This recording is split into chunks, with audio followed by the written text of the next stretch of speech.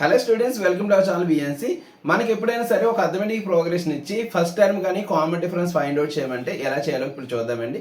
ఇక్కడ ఇచ్చిన arithmetic progression ఏంటంటే A1 A2 A3 and so one A అని ఇచ్చారు. ఇందులో మనం A1 అని మనం ఫస్ట్ టర్మ్ అని అంటామండి. ఫస్ట్ టర్మ్ని A తో డినోట్ చేస్తాం. A is called first term.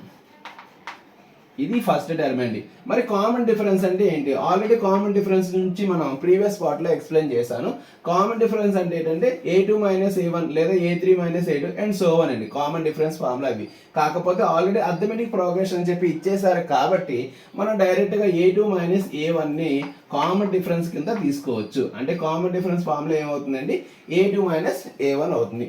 For example ఇలా ఒక అథమెటిక్ ప్రోగ్రెషన్ ఇచ్చారనుకోండి, 3 1 -1 -3 అండ్ సో వన్. ఇది ఒక అథమెటిక్ ప్రోగ్రెషన్ ఇచ్చారండి.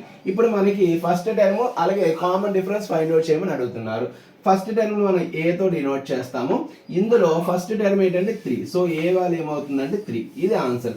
ఒకవేళ కామన్ డిఫరెన్స్ ఫైండ్ అవుట్ చేయమంటే formula A2 minus A1. A2 అంటే సెకండ్ టర్మ్. సెకండ్ టర్మ్ అంటే ఏంటండి? 1 మైనస్ A1 అంటే 3. So 1 minus 3. 1 minus 3 nothing but -2.